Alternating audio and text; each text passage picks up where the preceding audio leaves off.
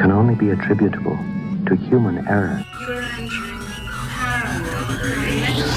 He meddled in things that you keep before. He meddled in things. He meddled in things. Where will we go next? This phantom from another time. No one, Mr. Muller. That's it, man. Game over, man. Game over.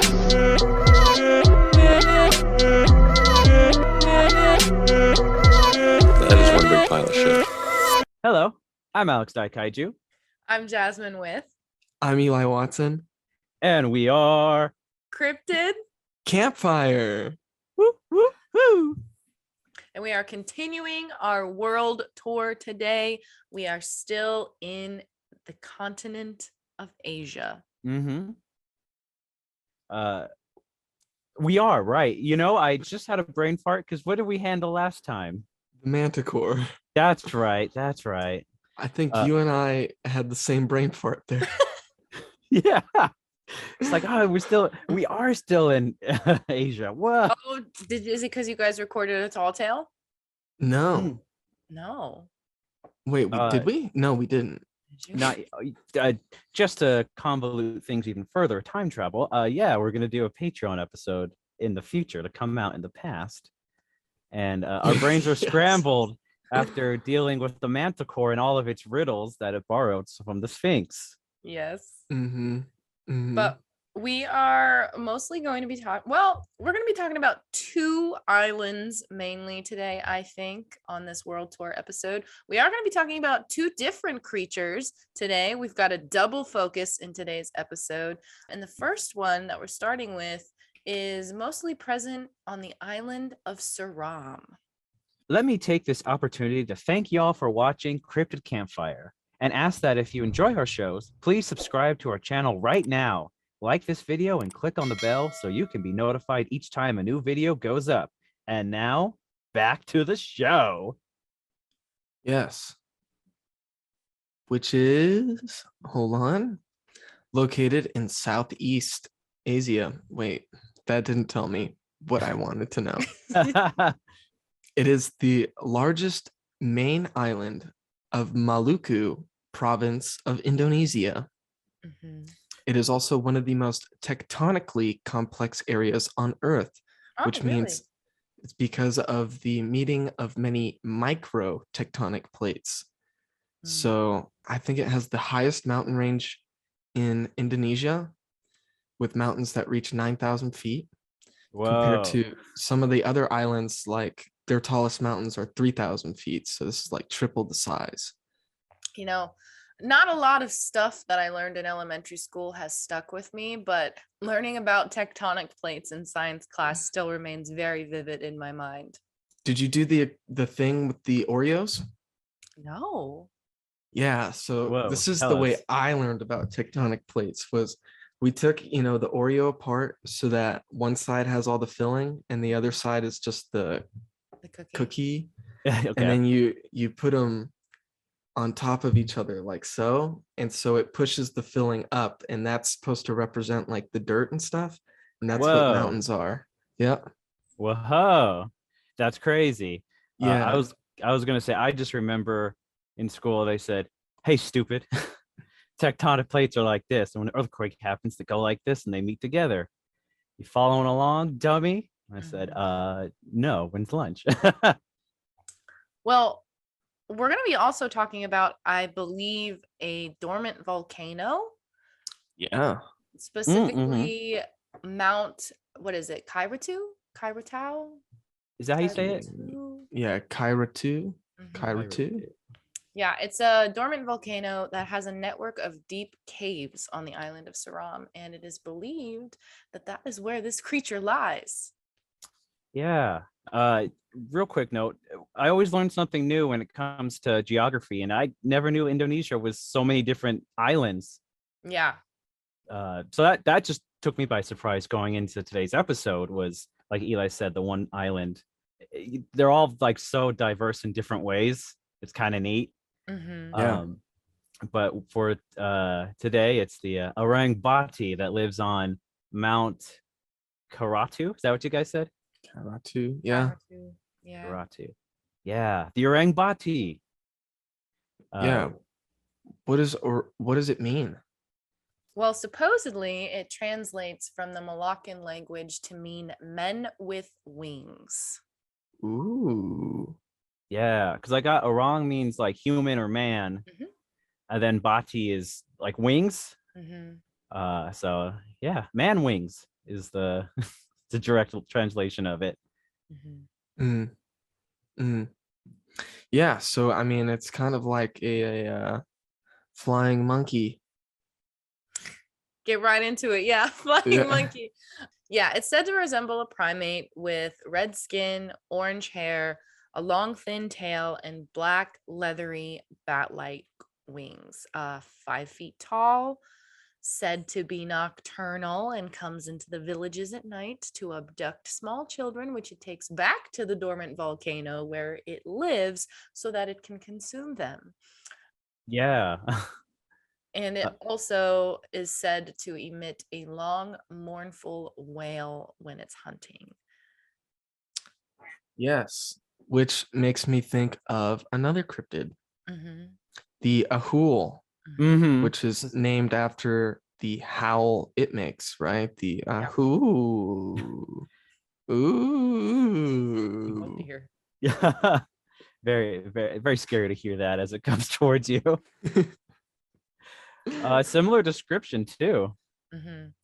Yeah, you'll actually see a lot of the same photos used in articles about the Aurangbhati that we've seen in articles for the Ahul or Kongamodo and other bat-like kind of cryptids that we've previously talked about on our podcast. But the difference that the biggest difference that I see is that the Aurangbhati is more monkey than bird or bat. So like you've got the Ahul, which is mainly a giant bat, but the Aurangbhati is more monkey, more primate than winged bat. Right. It's also important to note, I think, Java, the island of Java, Indonesia, is not very far from Seram Island, Indonesia. That was something I said to where, you know, they if you were a 5-foot creature with a possible 10-foot wingspan, because they say the wings are twice as big as its body, that you could fly fairly easily if you needed to from Java to Seram or back. And also important to note, despite the description Jasmine has given, some people still think that it's more like a pterosaur. Yeah. But honestly, the island of Seram is closer to Papua New Guinea than it is to Java. And as we know, or at least our Patreon listeners know, the island of Papua New Guinea is home to the Ropin, which is a pterodactyl-like cryptid. So yeah, not just that, I think it can glow in the dark too, right? It can. It glows in the dark. Wait, what glows in the dark? The Ropin? The Ropin. Oh, okay. Yeah, we like to call that bioluminescence. Heck yes. There's even photos of it, supposedly. So yeah, just when you thought dinosaurs couldn't get any cooler, now they glow in the dark like the toys you had. That is really cool, actually. Speaking of, did you guys see Universal released the first 5 minutes of Jurassic World Dominion? No. Oh, did it? Yeah, it's on YouTube. Like the official. You know what? Pause this pause this video, everyone. We're going over to the Dominion video.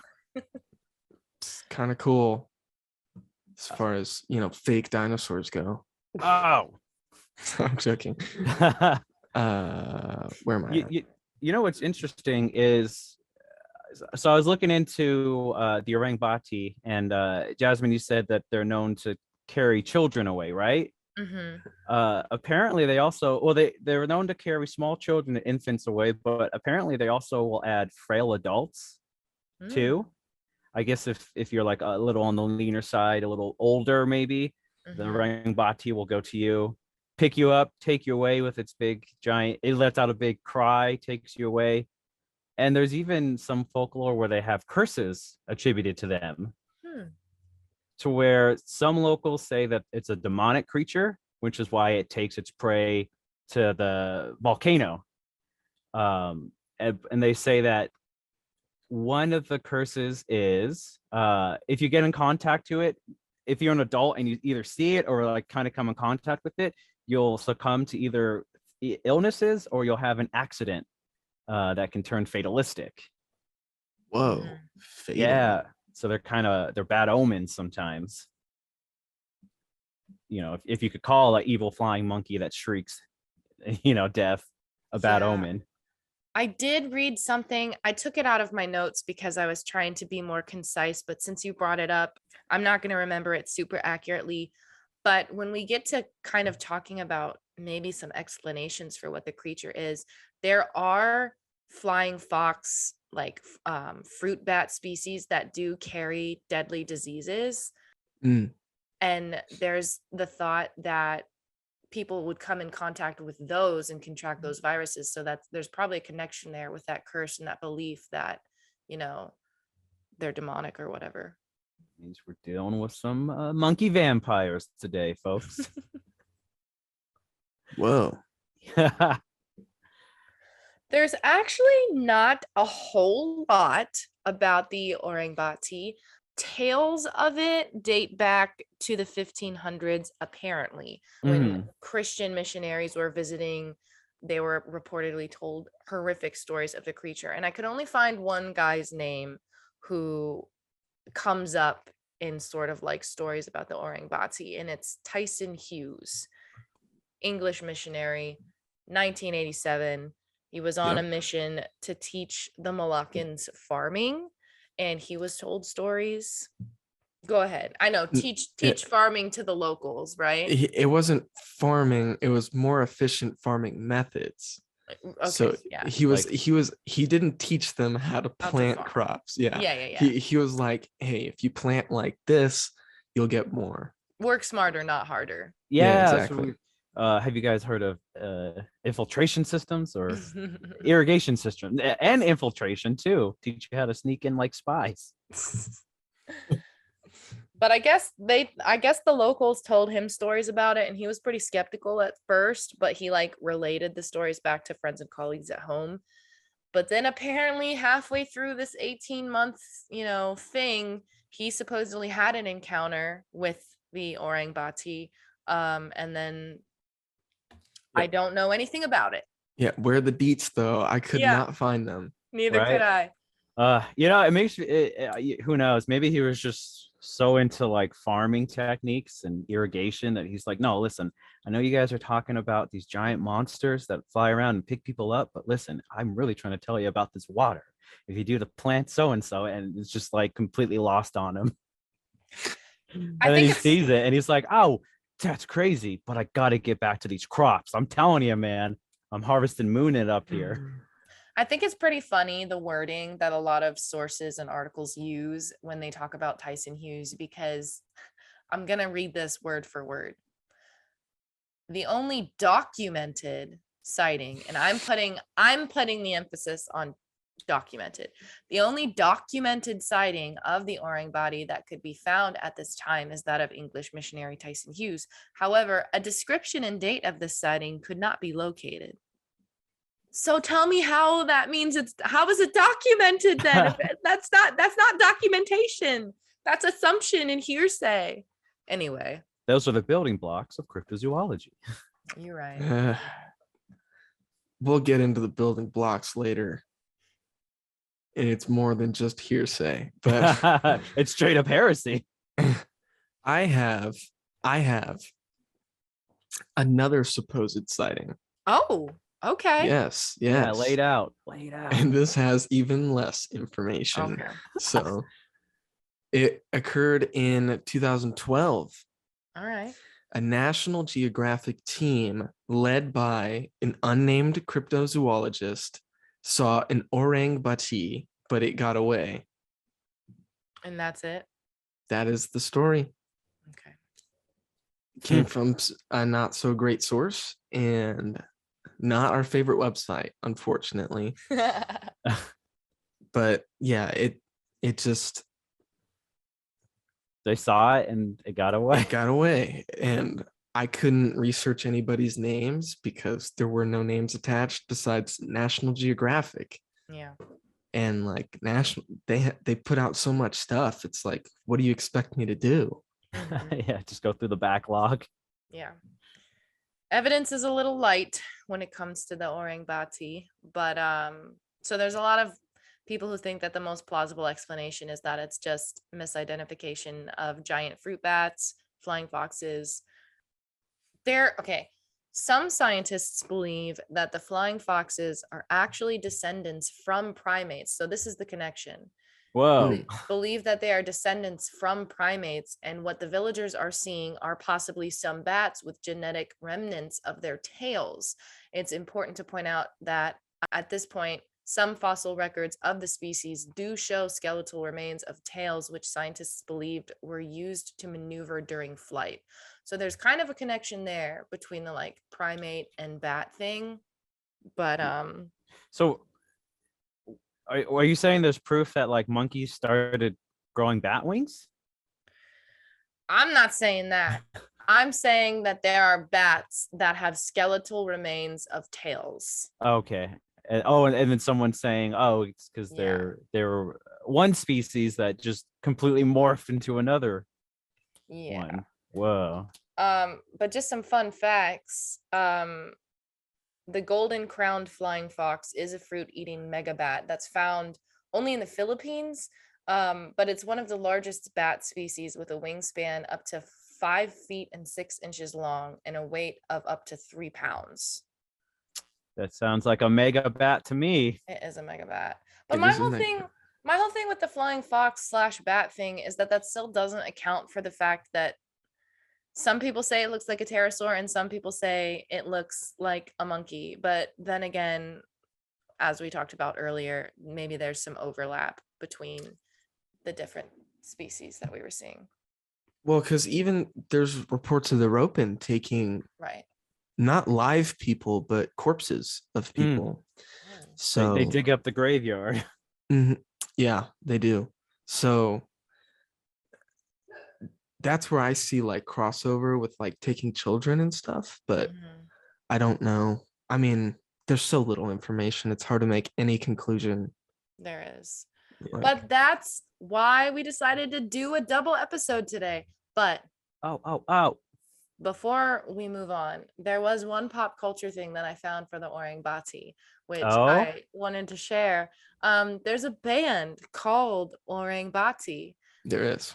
German progressive metal, and their social media accounts use a drawing of the cryptid as their profile picture. And their debut album was supposed to come out October of 2020, but on their Spotify, I only see a couple single releases. So not sure where they're at or what they're doing or if they're still together or anything like that. But they do have a couple songs on Spotify if you're interested to listen. Yeah. What was the genre again? German progressive metal. Whoa. That's how they describe themselves. Probably sounds like the inside of a car factory being made. But they popped up a lot when I was researching because their name is literally the name of the cryptid. Yeah, that's how you got to make advertising work for you. Yeah. Another random pop culture, just a little side note before we jump into the next one. The Aurangbhati shows up in Dungeons and Dragons. Oh, really? Yeah, as a level 5 monster. Nice. Yeah, so just imagine you're walking through Lord of the Rings type world, and your DM says, "Hey, there's Aurangbhati shows up," and you're like, "I roll 20 to cut its head off." Jeez. Very violent. Yeah, this is awesome. Let's start doing more of this. Dungeons and Dragons, man. Before we go on to the next one, this is another random little thing that I found. This is like talking about little to no credit for anything. Oh God. It's just the way the sentence was written is pure gold. There are some cryptozoologists in the minority that believe the Aurangbhati could be a demon of some sort, much like the satyr of Greek mythology. Yeah. So it's we're out here thinking it's some kind of monster. It's just a Greek mythology the whole time. Makes sense. And I think that wraps up the Aurangbhati, and we're moving on to menu item number 2. We are, which has a similar name and much more substantial claims than the Orang Bati. We are going to be talking about the Orang Pendek. Ho-ho! Also present Yep. on another Indonesian island. This one is Sumatra. Oh, Mhm. yes. So I have some fun facts about Sumatra here. Yeah, lay it down. It is the home of the Sumatran rat monkey. Mm-hmm. Just kidding. That's a sly reference. Extremely dangerous. Do not bite. It is the largest island in the Indonesian territory. It is also the 6th largest island in the world. Oh, It has 52 spoken languages. Oh, wow. yeah. Really? Yep. Yes. That's a lot. That is a lot. Oh, that's crazy. The dominant religion is Islam, surprisingly. I don't know the history behind that, but I was like, whoa, that's wild. Yeah. It is also just like Java, the island of Java, the home of the Yahul, is very, very close. Like you could probably swim across to Java. I'm sure someone's done it. Maybe they don't do that kind of crazy stuff in that part of the world. Maybe they're like, hey, I got 52 spoken languages to keep up. I ain't got time to swim. Yeah.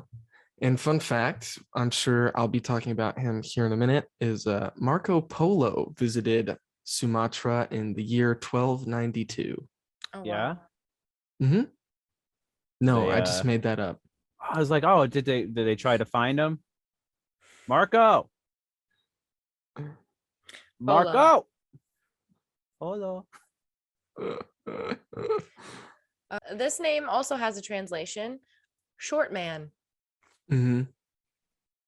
Yeah, I mean, hey, why waste time when you got 52 spoken languages to keep up? That's true. This one also said to be 4 to 5 feet tall. And I'll let you guys get more into the details about the description, but basically it's a Sasquatch, if I understand correctly. Got ourselves a little baby Bigfoot. Like a smaller Sasquatch, like a Mhm. small person. Like you said, it means short man. Smallfoot. Small foot. Yeah.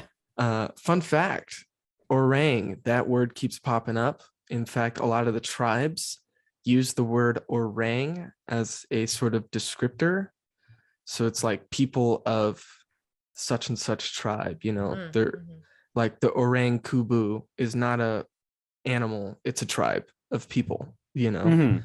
So it's kind of interesting, so when you hear things like Orang Bati or Orang Pendek, you begin to think like maybe they're thinking of these things more as tribes of people Mhm. and not so much as like just apes that are out there, Or maybe that they, the locals, they see him around. So like maybe they do see like tribes of them kind of, or they're like, oh, there's more than one. And we see them like have some kind of family system. So they are like, Mhm.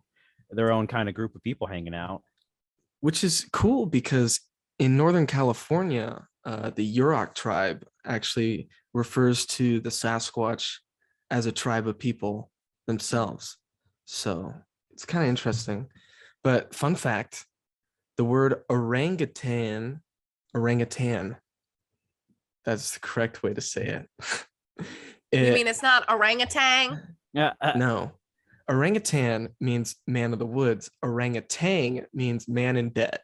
So Really? yes. Oh, That's funny. Yeah. If that's not the duality of man, I don't know what is. So how did we want to approach this kind of chronologically here? We haven't Yeah. even given a full description yet. I was Yeah. hoping you guys were going to Oh. pop in there with some details. Yeah, peep this.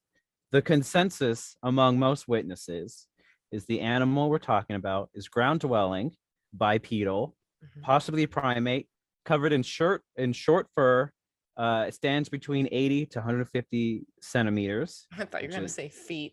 80 to Yeah, 100 it's just this 80-foot tall giant thing walking around. It's 30 to 60 inches tall. So like 3 to 5 feet. Yeah. So, and they're usually pretty quick and they run away. Yeah. Mhm. Powerfully built with broad shoulders and long muscular arms. The hair is usually honey colored or black and may have a long mane of hair from its head down its back. Apparently likes to raid crops such as sugarcane, but also feeds on ginger plants, has been seen feeding off grubs in logs, sometimes eats fish and freshwater mollusks, and early reports even have it consuming the flesh of a dead rhinoceros that had fallen into a trap. Whoa. I don't know. Yeah. I mean, I guess if it's there, you might as well take a bite out of it. But even with all of this, most people fear the Orang Pendek because of its strength. But even though it's not considered aggressive and will usually move away from any human it sees, it is said occasionally to use rocks and sticks as crude weapons. Which is interesting when we've seen other stories of like Sasquatch type creatures using sticks and stones as, weapons. Yep. So it's interesting little carryover. Yeah, and it's very typical ape behavior. They'll do that stuff.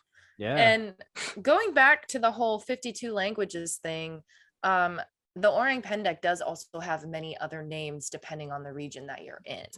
I'm not going to list them right now unless you want to list them, but because there are so many. Well, I'll list a couple because it actually ties into the next thing I think we're going to talk about. Okay, great. So I'm going to get to it in a roundabout way. But as I mentioned, Marco Polo visited in the year 1292, and he was the first person to bring tales of ape men living in Sumatra to the Western world. And so he mentioned in his journals that there was a tribe of ape men that dwelled in the mountains and not in towns. And that brings us to way later, the year 1818. There's a man named William Marsden who believed that Marco Polo came to this conclusion or found out about this after talking to the locals, who mentioned two tribes of people that lived like outside of towns. There was the Orang Kabung and the Orang Gugu. And so the Orang Kabung, as far as I understand, looked just like regular people, but they ate anything. Like they would just eat anything, like absolutely anything. I'm not sure.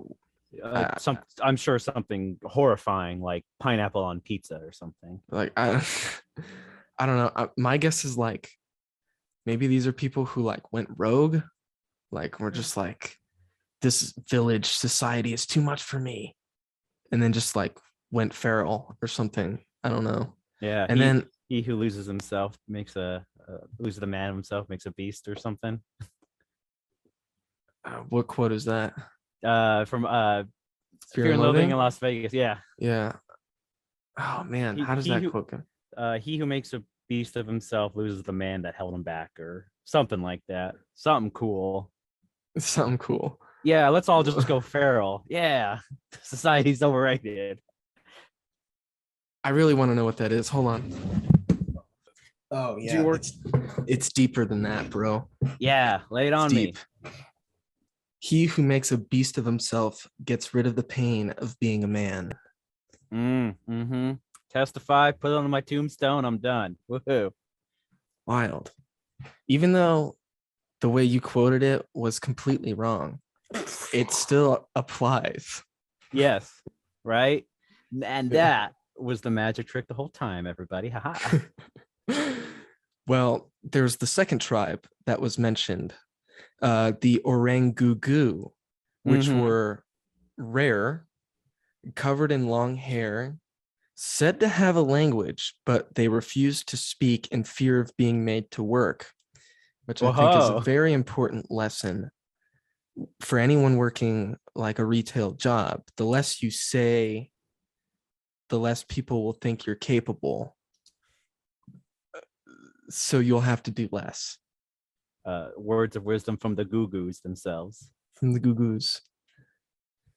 So this other guy, Marsden, he's not really super important to this whole story, believes that Polo created basically a fable of ape men from these known tribes or these known people on the island of Sumatra. However, this is where things get interesting because, as Jasmine mentioned, there's a bunch of different languages, and the Orang Pendek has many different translations. So there's the Ato Rimbo, Sidapa, Sidabo, and Gugu, which is a lot like Orang Gugu. Mm-hmm. So yeah.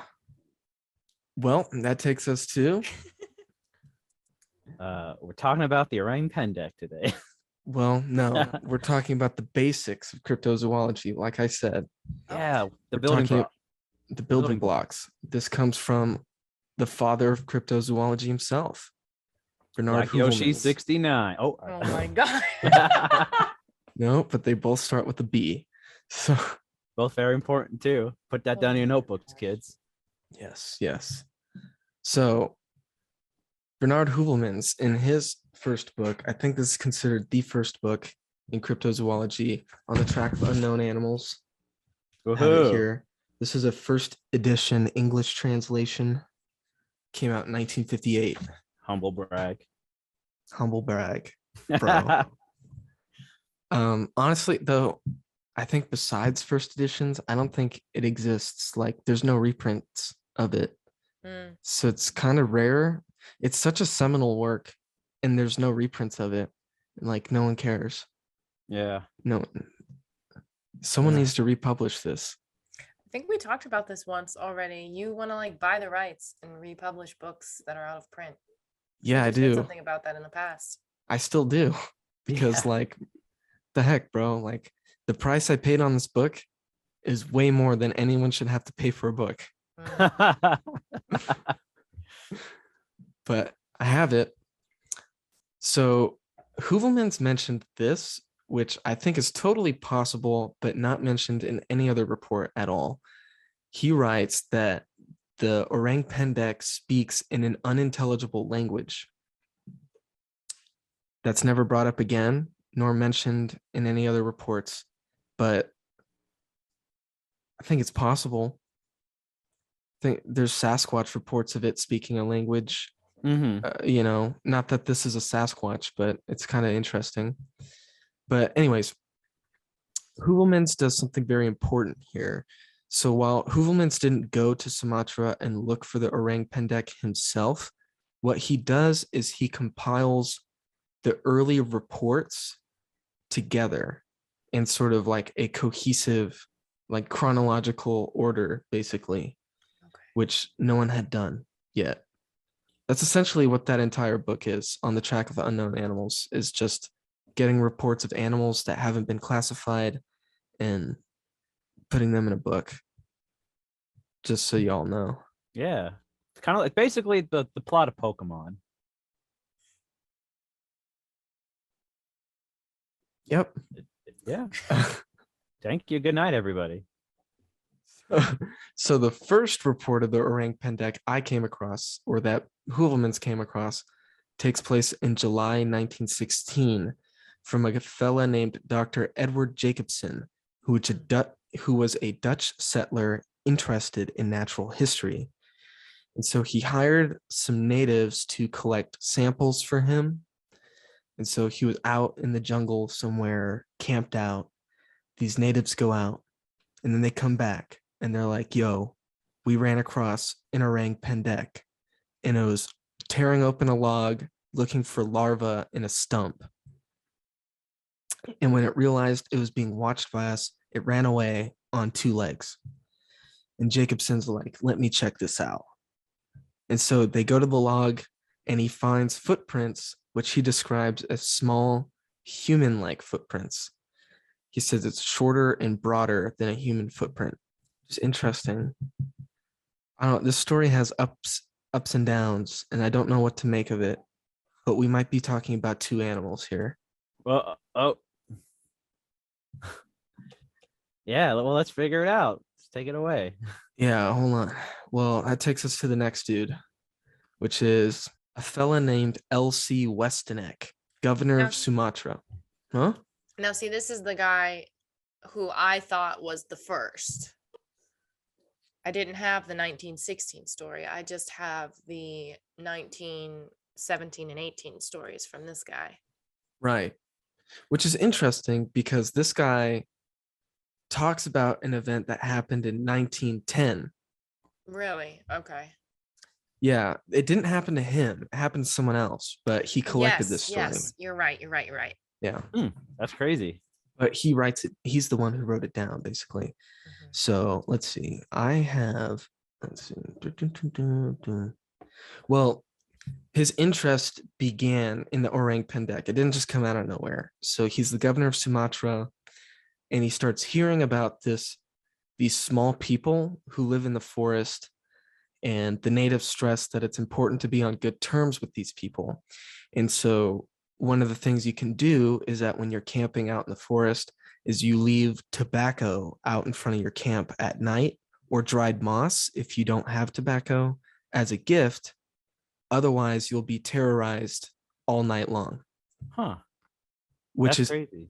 Another interesting thing, another Sasquatch connection here. That's what I was thinking, right? Is people talk about leaving tobacco out for Bigfoots, right? For Bigfoots, as well as the case of Albert Ostman, which he was in a sleeping bag and was picked up by the Sasquatch and taken to the cave.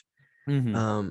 He had his tobacco tin with him, and apparently the Sasquatch were like super fascinated with the tobacco. So like, I don't know, and wasn't it Pukwudgies as well? Maybe Something with the small people, the little people with tobacco. Something about tobacco, dude. I know. Well, you always see leprechauns smoking little pipes too. So, you know, when it comes down to it, even man, beast, what have you, still has a desire for nicotine. Yeah, it goes across all spectrums. True. Well, I'm going to read the report here of Mr. What year is this one? So the report I'm about to read is from the year, it happened in the year 1910. It wasn't recorded until 1918, I think. Okay. And the one you just did before was 1916, you said? The previous report you just did? Yeah, the very first one that I talked about was 1916, yes. Cool. And I should mention that the 1916 incident where the footprints were found was published in a natural science magazine in 1917. Whoa. So I think that kind of spurred Elsie Westenek to kind of start writing stuff down as well. Gotcha. Of course, that's just my conjecture. I have no proof of that. But so Westenek writes of this one report that happened in 1910. I'm going to read quote for quote here. It's kind of a short paragraph. A boy from Padang employed as an overseer by Mr. Van H, who I actually know who Mr. Van H is. Mm-hmm. Yeah. Had to stake the boundaries of a piece of land for which a long lease had been applied. One day he took several coolies into the virgin forest of the Barisan Mountains near Lobok, Salasik. Virgin forest just means no trees had been chopped down yet. Suddenly he saw some 15 yards away a large creature low on its feet, which ran like a man and was about to cross his path. It was very hairy and it was not an orangutan, but its face was not like an ordinary man's. It silently and gravely gave the men a disagreeable stare and ran calmly away. The coolies ran faster in the opposite direction. The overseer remained where he stood, quite dumbfounded, and when he returned to camp, he set down in writing what he had seen.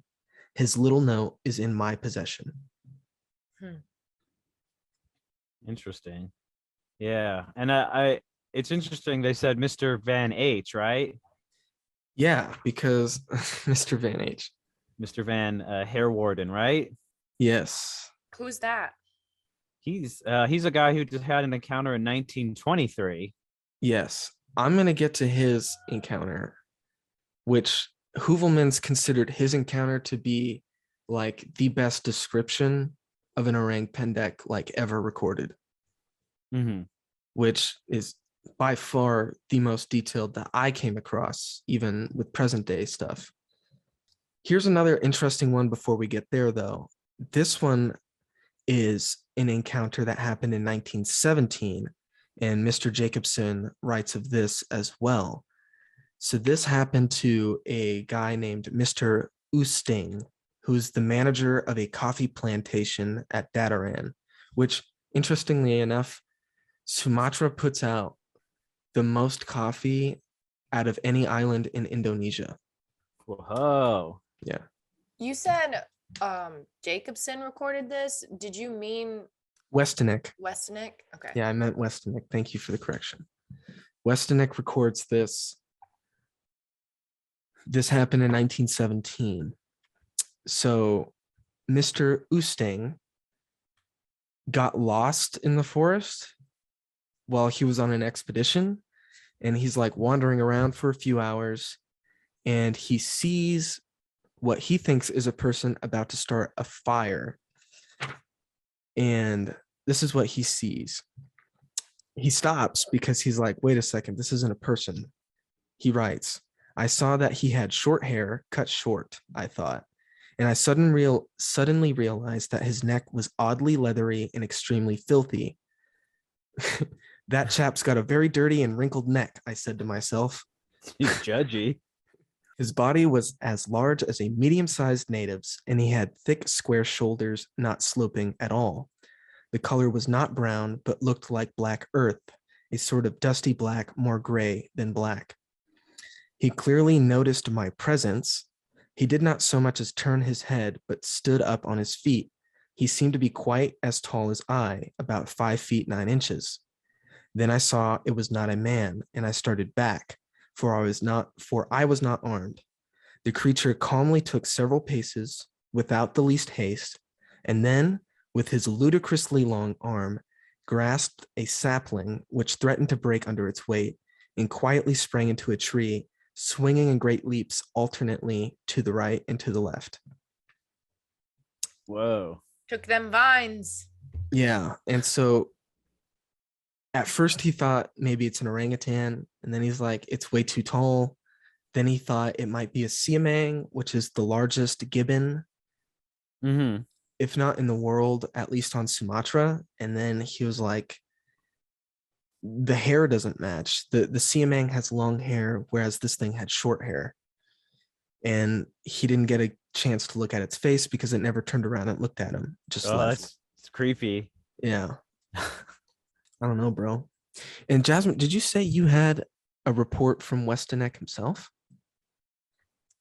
I think I misspoke, to be completely honest. Yeah, I got confused with the whole him recording other people's stories. I see. But yeah, I don't think he had his own encounter. But the sightings continued through the 20s. There was quite a few of them that happened at close range.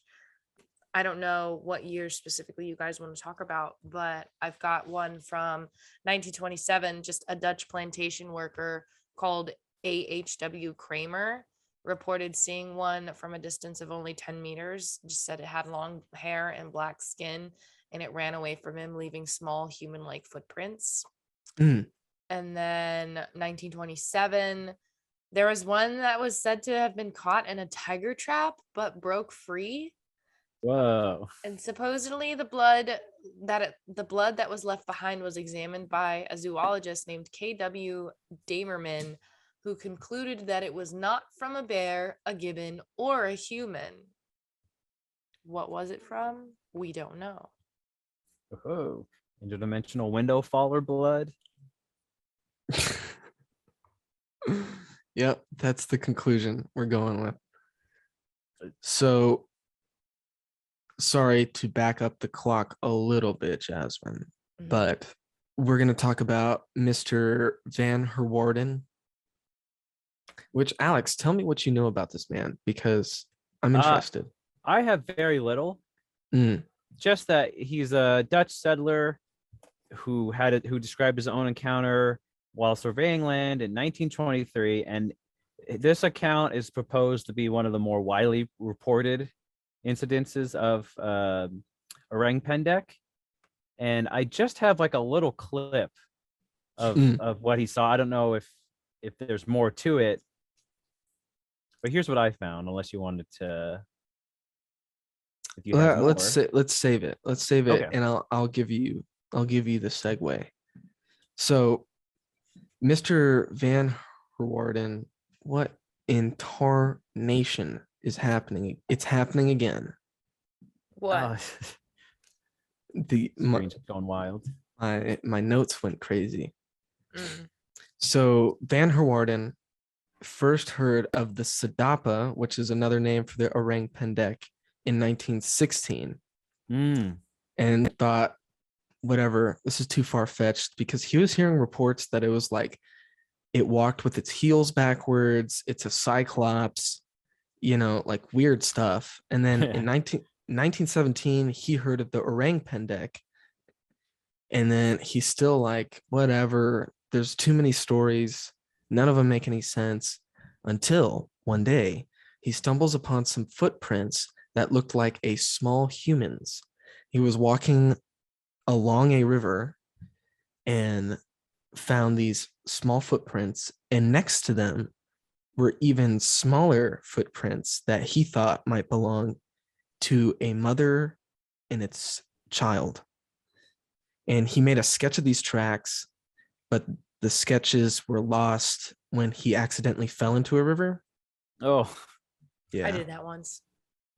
Did you? I accidentally fell into a river.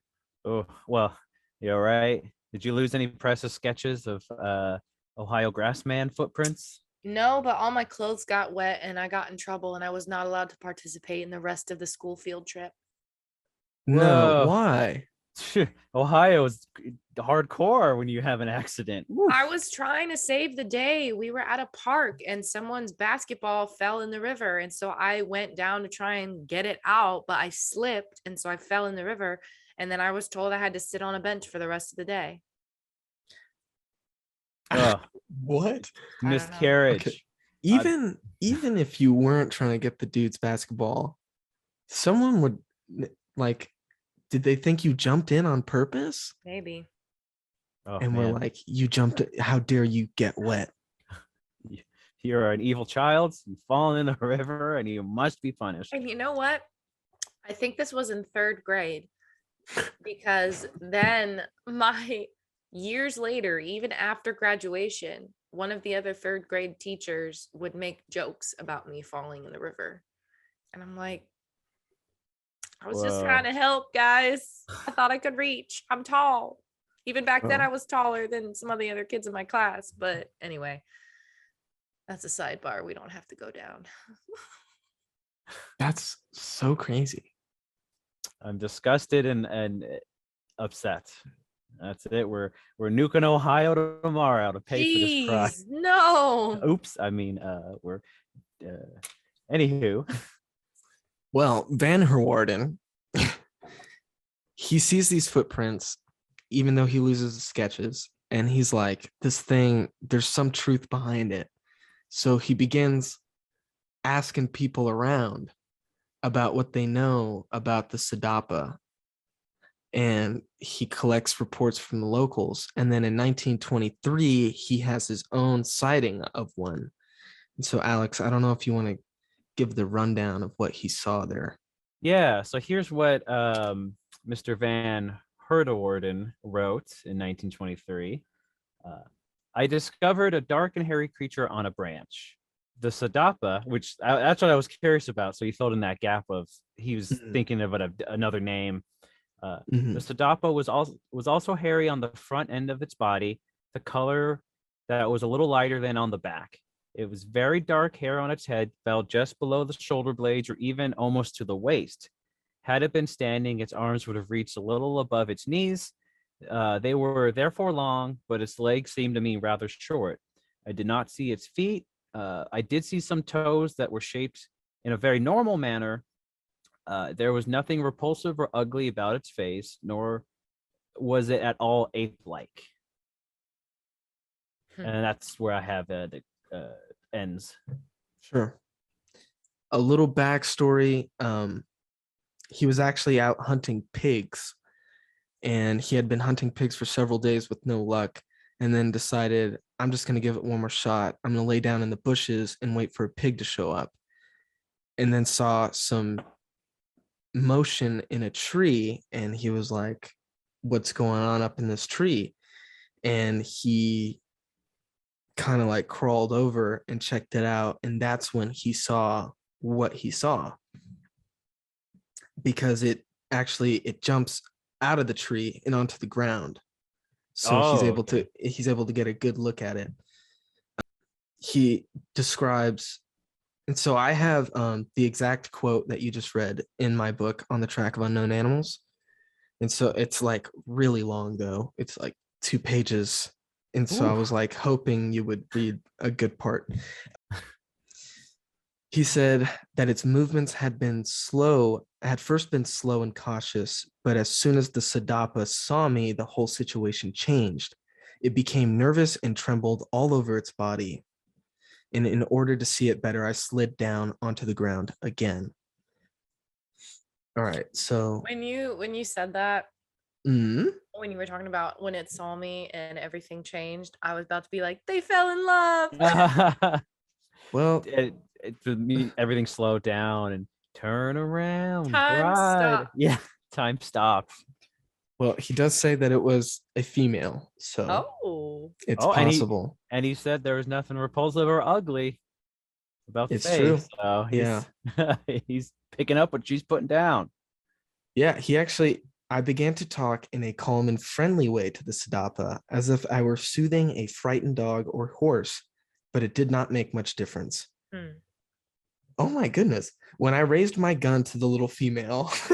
Oh, Sorry, that took a turn. yeah. It really did. Help, my love story's turned into a murder mystery. He's like, first I was trying to soothe it, and it didn't make much difference when I pointed my gun at it. Like, who? All right. I'd say what you will, but Dutch mating rituals are crazy. I heard a plaintive hoo-hoo, which is at once answered by similar echoes in the forest nearby. So then he lays down his gun, climbs into the tree again. He'd almost reached the foot of the bough when the Sadapa ran very fast out along the branch, which bent heavily, hung onto the end, and then dropped a good 10 feet to the ground. And then it ran away. As they tend to do. And this is the interesting part, though, because even though he does point his gun at it, he says this. Many people may think me childish if I say that when I saw its flying hair in the sights, I did not pull the trigger. I suddenly felt that I was going to commit murder. I lifted my gun to my shoulder again, but once more, my courage failed me. That's another thing about Sasquatch, right? Is another Sasquatch connection. Is like people don't shoot Sasquatch because it's so human-like. Especially the stories of like the person who does have a gun and they're like, I had Bigfoot in my sights and it turned and I saw its eyes and its eyes were so human and that I couldn't pull the trigger. So yeah, raises a lot of questions. But did anything happen after he ran off? He wrote it down. He wrote it down. I got a few years later. I didn't get an exact year for this. It's not recorded in the book. That he was in a village called Pangkalong Balai, and he came across a person who had found the bodies of 2 Sadapas that were already dead. And so it was a mother and a child. And then her warden tried to take the bodies, but they were in a state of putrefaction, and he gave up because he couldn't transport them. And he actually died soon after that. And the locals said that it was because he had touched the body of a Sadapa. while Heuvelmans actually agrees and says that it was probably because he was touching a decayed body in unsanitary conditions that he probably got sick and died. Yeah. Even Bernard Heuvelmans was like, hey, listen, like, you see something dead, just poke it with a stick, but don't pick it up. You never know what's on it. But okay, talk about a blast from the past, guys. I'm ready. Tom Slick got involved. Yeah? Yeah. No. Tom Slick from the Yeti episode. The patron saint of cryptozoology, who was taken too soon. Yeah. Well, Tom Slick read Bernard Heuvelmans' book when it came out and was like, what's this Orang Pendek thing? And he got in contact with a guy named Peter Reiner, who was frequenting Sumatra in the 1950s to catch the Sumatran rhinos, which I don't know if you guys came across this, but Sumatran rhinos are like mini rhinos. And by mini, they're smaller than regular rhinos, but still pretty big. So they're like 3 to 5 feet tall at the shoulder and like 10 to 12 feet long. Whoa. Interesting that we're bringing up rhinos again, because I did mention earlier about how there was an Orang Pendek eating the flesh of a dead one that had fallen into a trap. Yeah, because that was happening a lot. I think they were hunted into extinction.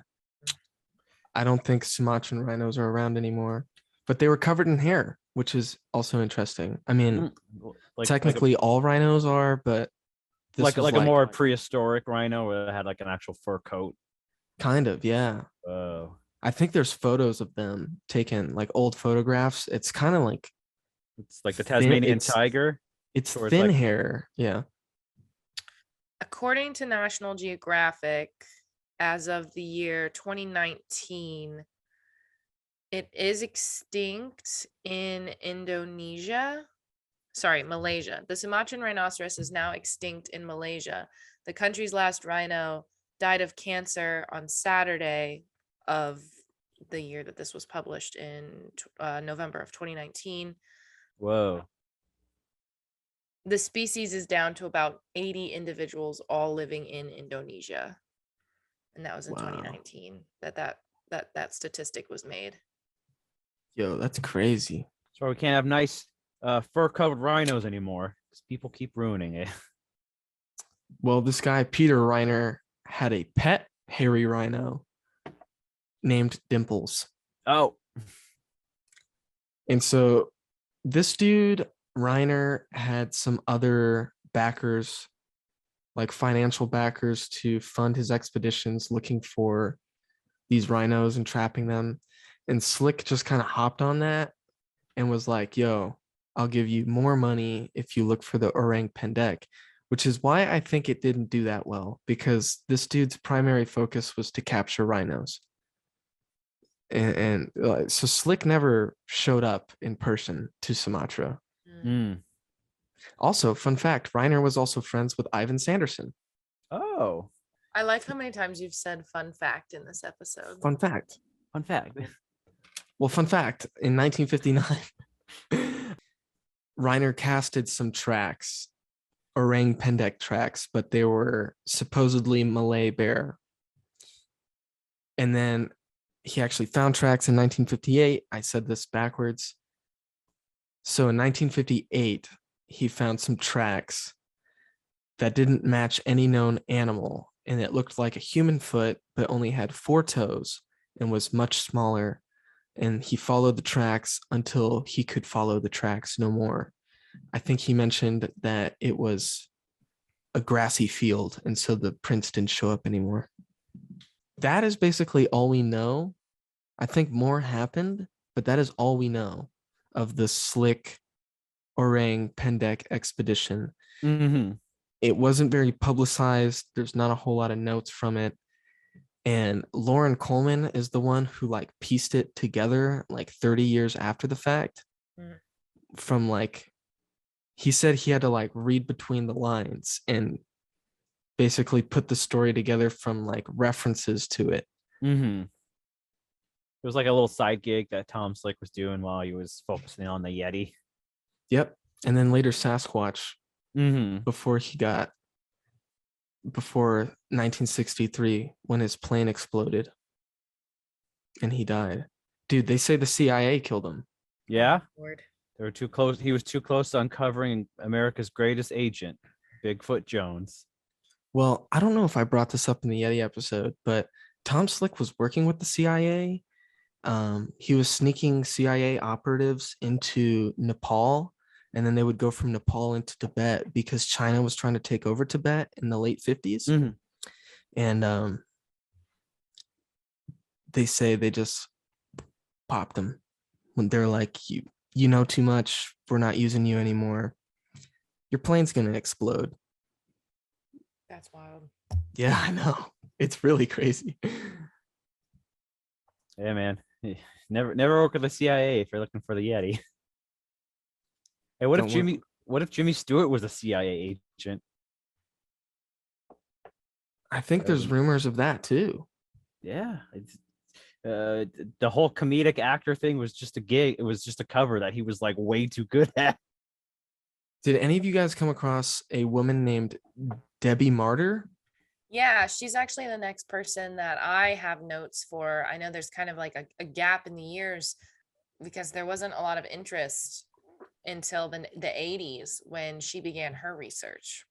Yeah, I like how every article says the 80s, but her story begins in 89. I know. It's like this is the big tangent, but in Austin Powers, the second one, it's called Austin Powers: The Spy Who Shagged Me. It came out in 1999, and they go back to 1969, and then they go back, and the character says, "I am so excited to live out the 90s with you, Austin." When the movie came out in July 1999, the 90s were already over. Yeah. She first visited Sumatra in July of 1989 as a travel writer. And while she was camped out on the slopes of Mount Kerinci? I have no idea. Mount Crumpet. Her guide pointed out areas where Sumatran rhinoceros and tiger could be seen, and then casually commented that in the forested mountains, Orang Pendeks were also seen. And so she like made a skeptical comment, and then he told her that he'd seen it himself 2 times. And he told her it was still common, but getting rarer due to the incursions of farmers. But she stayed there. She began to collect eyewitness accounts that would eventually fill several volumes. So she did kind of the same thing that the guy we were talking about earlier did, where it just went around and, gathered sightings and stories to put into a book. But she did have her own sighting in 1990. She said, "I saw it in the middle of September. I had been out here 4 months. At that time, I was 90% certain that there was something here, that it was not just traditional stories. When I saw it, I saw an animal that didn't look like anything in any of the books I had read, films I had seen, or zoos I had seen. It did indeed walk rather like a person, and that was a shock. It was a relatively small, immensely strong, non-human primate, but it was I actually don't know what this word is. I'm going to Google it real quick and see what the definition is. The word is grace. Let me see what Google says. Gracile. Which means of slender build, slender or thin, especially in a charming or attractive way. So, but it was very gracile. That was the odd thing. So if you looked at the animal, you might say that it resembled a gibbon on steroids. It doesn't look like an orangutan. Their proportions are very different. It is built like a boxer with immense upper body strength. It was a gorgeous color, moving bipedally and trying to avoid being seen." Interesting. I do like the image of a gibbon on steroids. Right.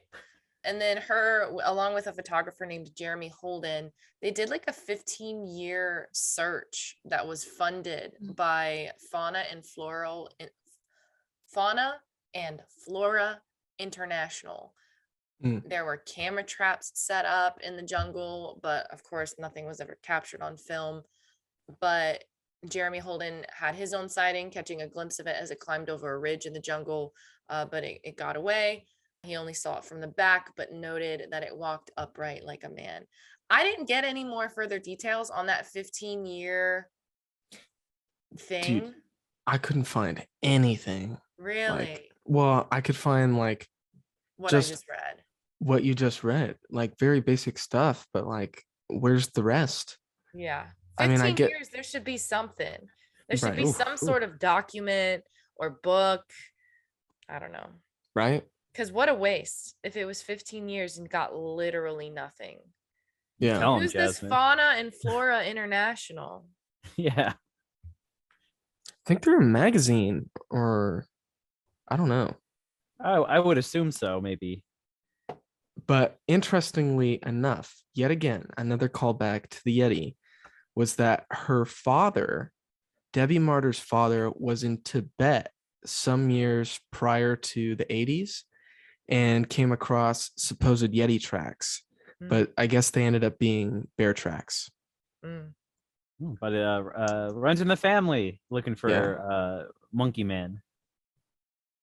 He wasn't out there looking for it, I don't think. I think it just kind of happened. Oh. They're like, oh, whoa, what is this? Whoa. No, the Yeti. It's here. The Yeti. However, she is credited with getting the first Orang Pendek track. Did you know that? Like casting the first one. That's cool. Yeah. But didn't you talk earlier about people who casted them? Saw them, didn't cast. Sucks to suck. You Yeah. gotta be the first one to get that cast. Yeah. Sketched a track. Lost it in the river. But that's it. And what's interesting about her track and all the subsequent tracks that have been casted ever since is that, like, those early reports mention small human-like footprints.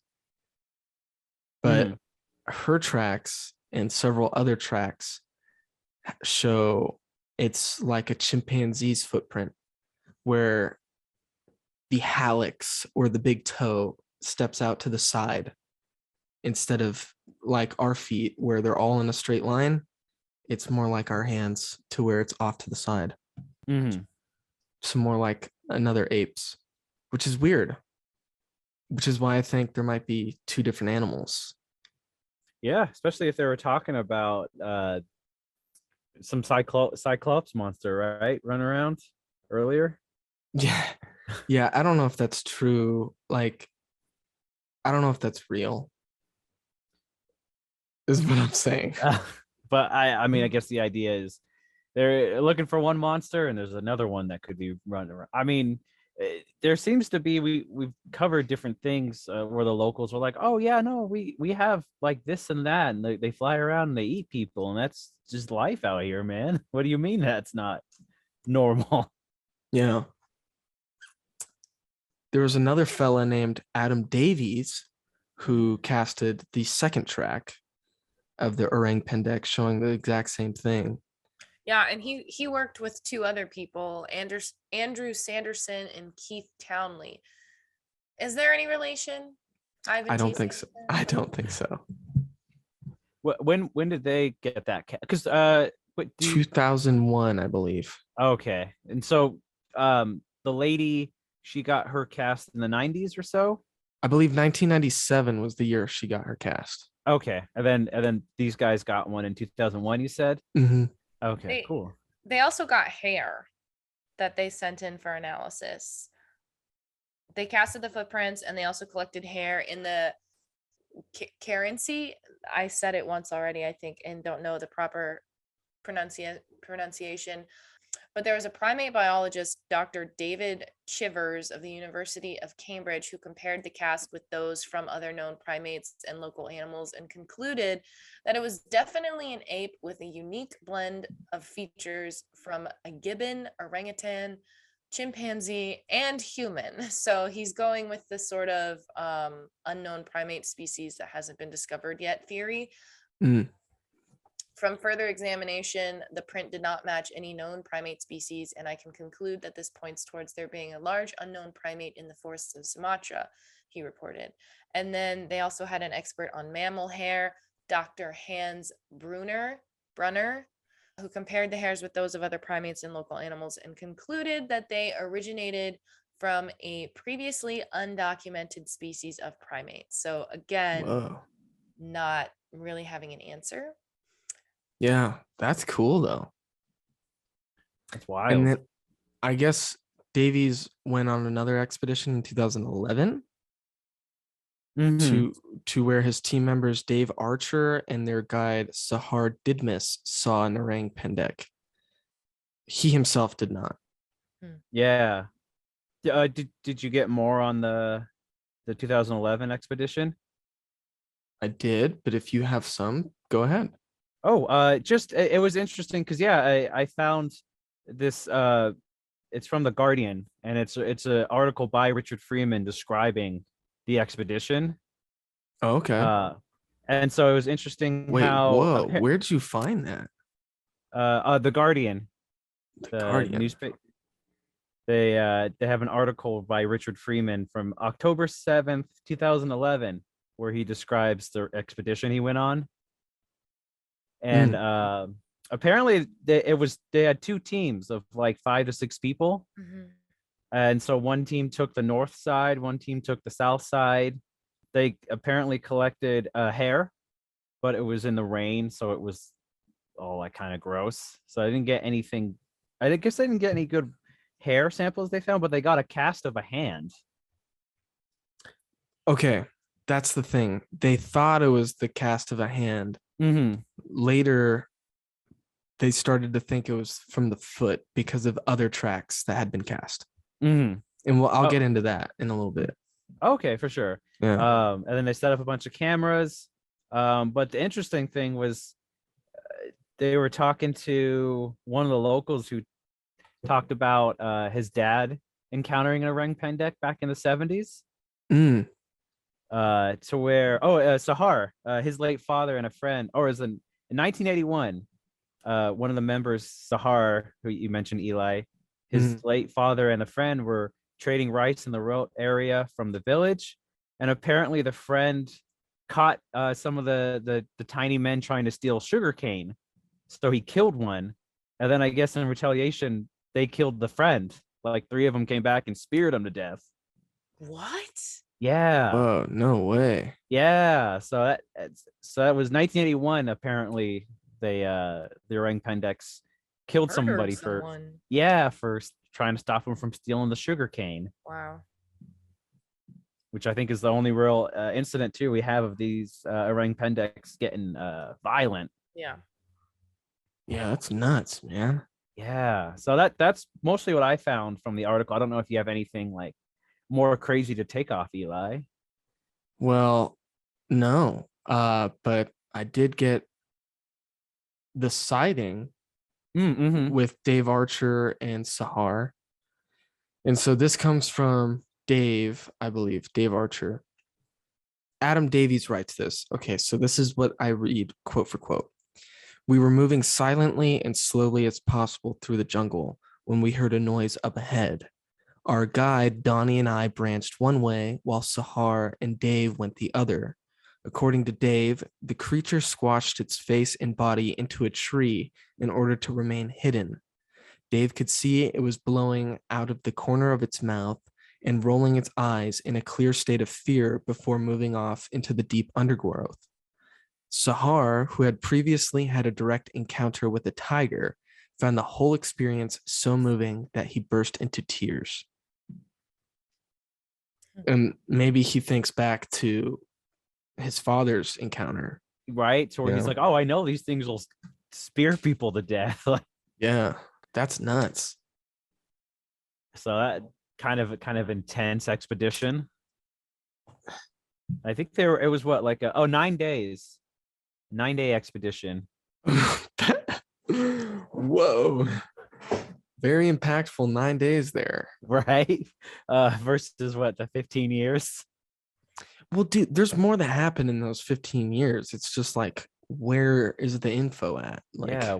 where's And the I doubt it data? was 15 years straight. It was Yeah. Yeah, just nonstop. over a period of 15 years. Yeah. Well, this brings us to the Orang Pendek project. Oh, Yeah, what's this? Yes. Oh, you guys didn't find this. Uh-uh. Okay. The Orang Pendek project ran from 2012 to 2016, which focused on the Kerinci Sablat National Park, where Mount Kerinci is. And this is also where Adam Davies casted his track. Mm. And it was kind of spearheaded by Cliff Barackman. And it was kind of interesting because Cliff showed up. I believe he showed up while recording a film, or while he was doing an episode of Finding Bigfoot. Was the first time he went to Sumatra looking for the Orang Pendek. He recorded some possible vocalizations, which oddly enough sound a lot like the hoo that was reported in Van Herwarden's report. Mm-hmm. It's really odd because I came across Cliff's recording first and then read about Van Herwarden's description of the sound, and I was like, oh wow, that's like oddly similar. yeah. I have another sighting that happened in 2010. It's very brief, but Share it. it's a guy named Pak Entis. He claimed to have seen an Orang Pendek in April of 2010. He described it as around 3 feet tall, but with massive shoulders and chest. He said that the color of its hair was mid-tan and had an ape-like face and walked upright on 2 legs while swinging its arms. Upon noticing Pak Entis, it became alarmed and raised its hands above its head, uttering a hoo sound and moved away quickly. No Oh. way. That's crazy. Dude, what? This is weird. Okay. Well, the Orang Pendek project also employed locals from around the area close to this national park so that they could get reports and be there. Like, Now, when you say employed, like they got paid for this, or was it more like the Loch Ness Investigation Bureau where they're like, hey, get yourselves out there, you get nothing? it was exactly like that. Gotcha. So They gave everybody a nice tote bag to say thank Volunteer you. based. yeah, basically. So interestingly enough, they had some interesting success No. with the project. It should also be noted that Cliff thinks a lot of the evidence collected over that 4-year period was hoaxed, but didn't get into that. So he doesn't share any of that information either. So he only shared a few things, which I'm assuming is what he believes to be legitimate. So the first one happened on November 29th, 2012, which is John, who is a friend of Cliff's, which was a Sumatran tracker, one of the dudes who lived nearby the national park, heard of a sighting of an Orang Pendek that had been seen eating corn from a nearby field and then walked away into the forest. So he met up with the witness. They checked out the corn that had been eaten. They saw tracks on the ground and they followed the tracks into the forest to a log that had been torn apart. Supposedly, I mean, you're assuming that they're looking for grubs, which matches. As one's to do after eating corn. Hey, and there's also that early report of a sighting of a pendek tearing apart a log to get the animals inside, or the bugs inside. Mm-hmm. And then that only has a couple of pictures of the tracks, which show the kind of hand-like footprint.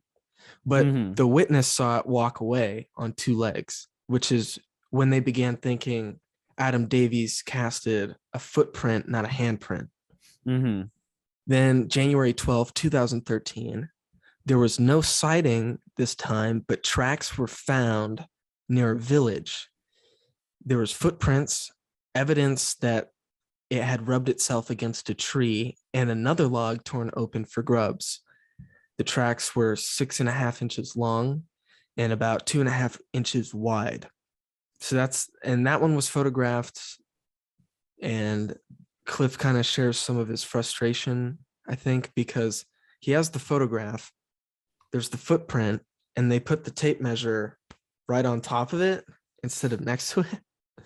And he's like, I'm still working on coordinating how to properly document these things.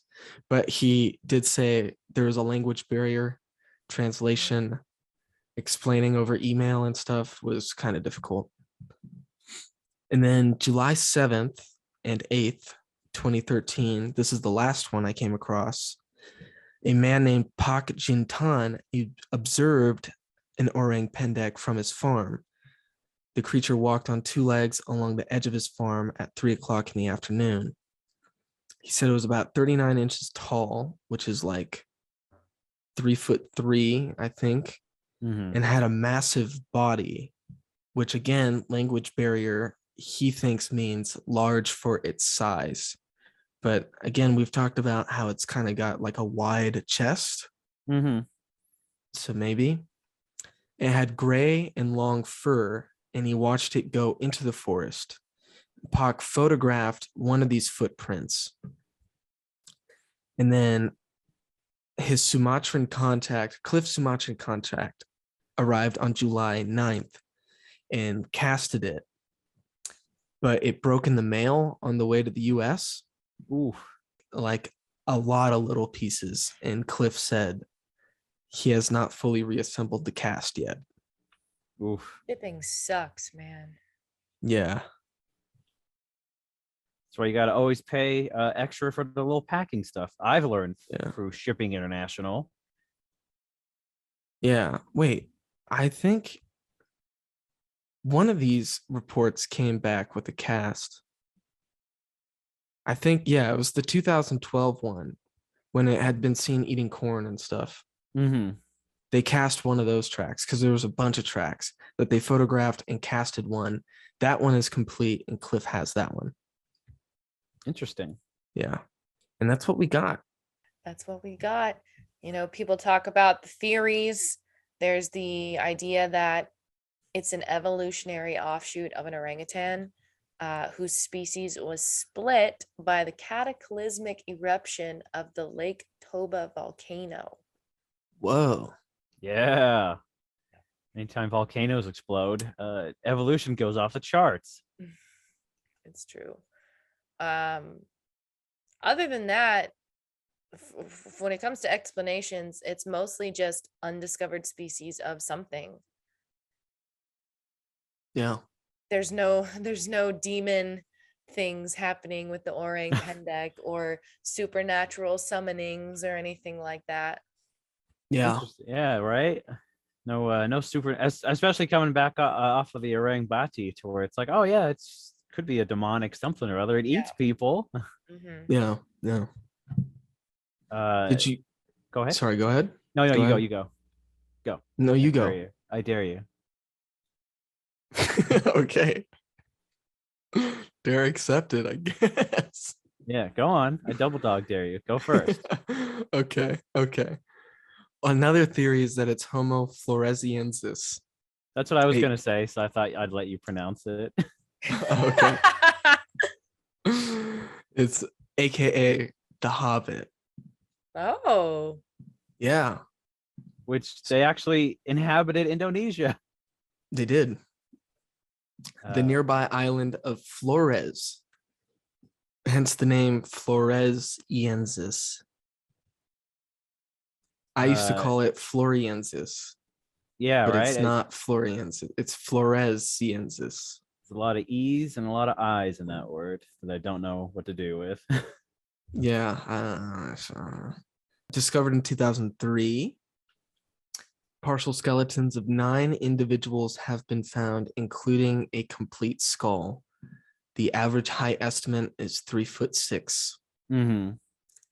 It's basically looked like us, walked like us, talked like us, had the power, Man Red's flower. Until modern humans showed up, And killed them all. as one's to do. Hey, the best survive, dude. That's what we do. We attack with diseases and brute strength. Interestingly, since it's nicknamed the Hobbit, it's led to some legal disputes with the Tolkien estate. Yes. Really? Yeah, in October 2012, a New Zealand scientist was due to give a public lecture on Homo Floresiensis. When he was told by the Tolkien estate he was not allowed to use the term Hobbit in promoting the lecture. Wow. Even further. Okay. Quick facts, quick crash course. I think Homo Floresiensis is kind of cool. Said to have died out between 60 to 100,000 years ago. They were known to use tools, spears, blades, knives, and possibly even constructed rafts for water travel, which is kind of neat. Yeah. But in 2012 as well, speaking of legal disputes. Oh, yeah. The movie, which is now known as Clash of the Empires, aka Lord of the Elves, what the original title was Age of the Hobbits, a direct to DVD movie about Homo Floresiensis. Yeah. But not just that, it's from our good friends, the Asylum. Why are they our good friends? Well, they're the guys who make all the mockbusters we just love to talk about. I'm talking about Mega Shark vs. Dino Croc. I'm talking about Transmorphers. I'm talking about Illinois Smith and the Temple of Forgotten Aliens. Oh, did they make Atlantic Rim? Yeah, they made Atlantic Rim. All their movies always have a submarine in it because they have that one set on hand. But yeah, they intended to piggyback on the success of Peter Jackson's The Hobbit, which ironically enough, there was no success to piggyback off on. Those movies did well. Box office wise. Yeah. Everything else. Oh, if you want to see a real Peter Jackson movie, go watch Bad Taste, kids. Okay. Yeah, so they got a cease and desist letter from Warner Brothers and the Tolkien estate telling them they had to change the title of the movie for using the word Hobbit. And you know what they did? Instead of just changing it and being like, you know what? You're right. They said, Tolkien didn't make up the word Hobbit. Keep in mind, The Hobbit came out in like 1936. The book, The Hobbit, they said he didn't come up with the term The Hobbit. The Hobbit refers to a scientific find in 2003. And that's what Homo Floresiensis is called in the scientific community. And I'm like, that is a losing battle, my friends. And now you know the thinking process of American film studios.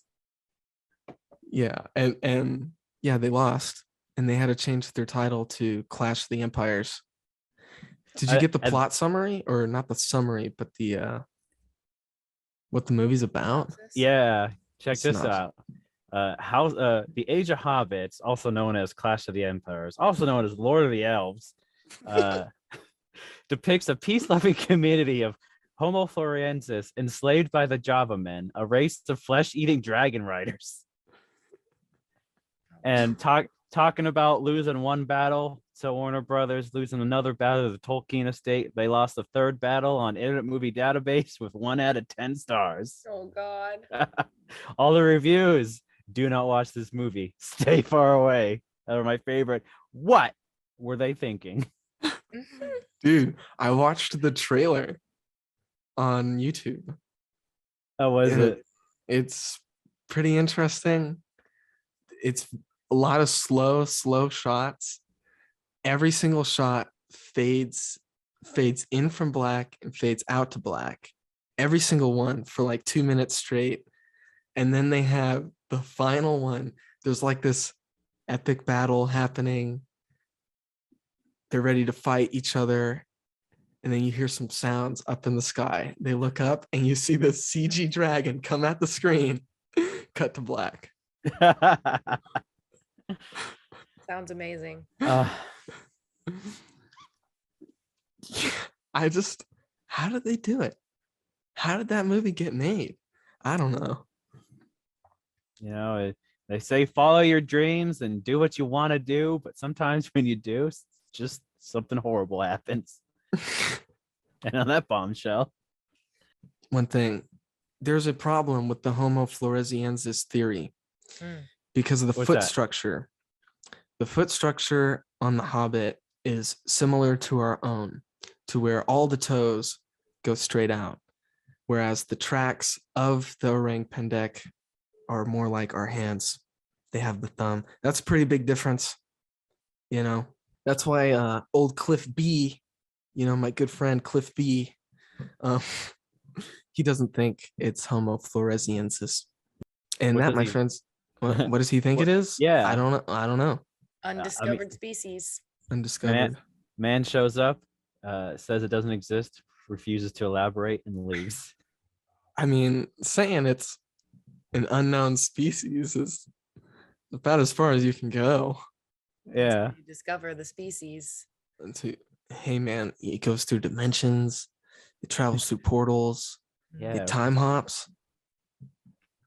It's hopped up on sugarcane, apparently. Yeah. Sugar cane. Just Yeah. straight raw sugar consuming. Whew. But yeah, I think that's about it for our double up episode in Indonesia. Yeah. That was crazy. That was 2 cryptids for the price of 1 episode. What'd you think? Well, if you liked it, you should go on the YouTube Paranormal Network, like, comment, and subscribe. Haha. Yeah, if you're listening to us on a podcast platform, you should know that you can also watch us on YouTube, like Alex just said, on the Paranormal Network YouTube channel. Yeah. You can see what we look like now. Yep. On top of that, what else? Check us out on the social medias at Cryptid Campfire, Instagram, Facebook, Twitter. Check out our website, cryptidcampfire.com. Get yourself some snazzy t-shirts. We've got 2 styles and multiple colors. Right now, we only have 1 style because 2 people last week bought the remaining new shirts that we have. Oh, snap! Oh, we do have to restock. I'm waiting for something to happen first. Okay. I won't discuss that on the podcast. If you've done all that, you still need more, check out our Patreon. $5 a month gets you access to 2 exclusive episodes per month, as well as an exclusive wallpaper designed by our very own Alexander Daikaiju. Woohoo. We just came off talking about Nessie, so there's a fancy wallpaper of Nessie waiting for you. Go peep it. Go peep. And with that, if you want to peep more of Alex's awesome artwork, how do we do so? Yes. Hello. You can find me on Instagram at Alex Daikaiju. That's Alex DAIKAIJU. Post a lot of monster, cryptid related artwork. I do my own comics for fun and profit. And I would be lost in the informational sea if I didn't state my sources for today's double feature episode. I used the SS Dreadnought Wikipedia. I used hubpages.com. I used a little bit of the cryptid wikis with a Z for good measure. And then I checked out The Guardian because they had an actual article about the expedition to look for the Orang Pendek, which was pretty nuts. And that's who I am. It's what I do.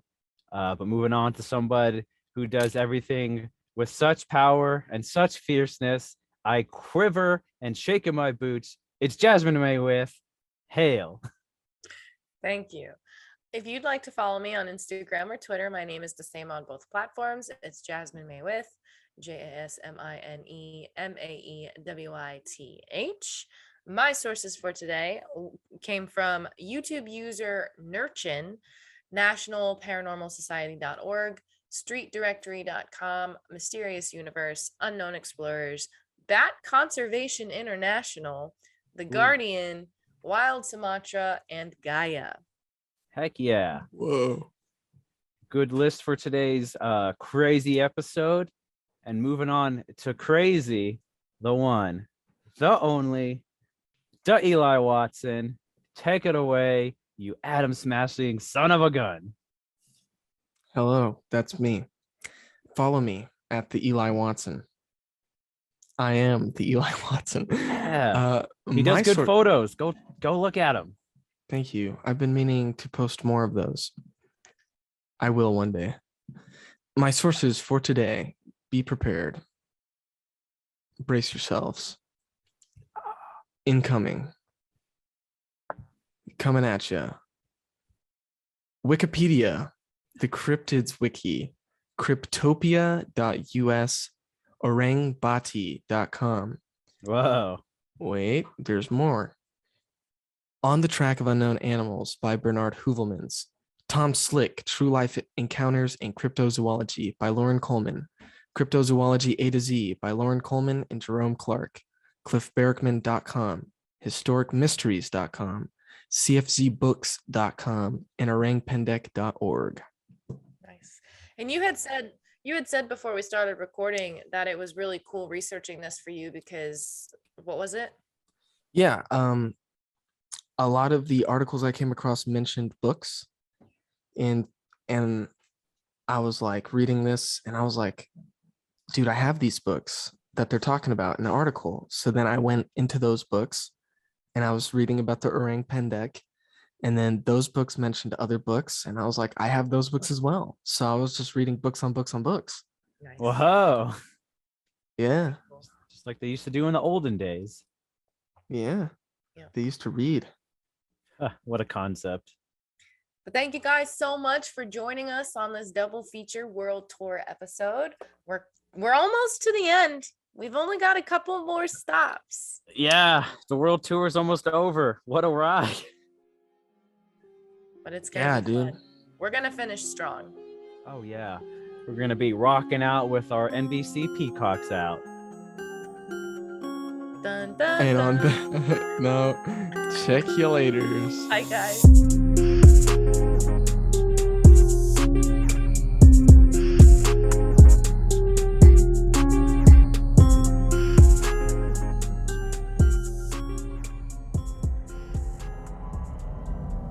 This podcast is a part of Straight Up Strange Productions. Discover more shows like this one at straightupstrange.com.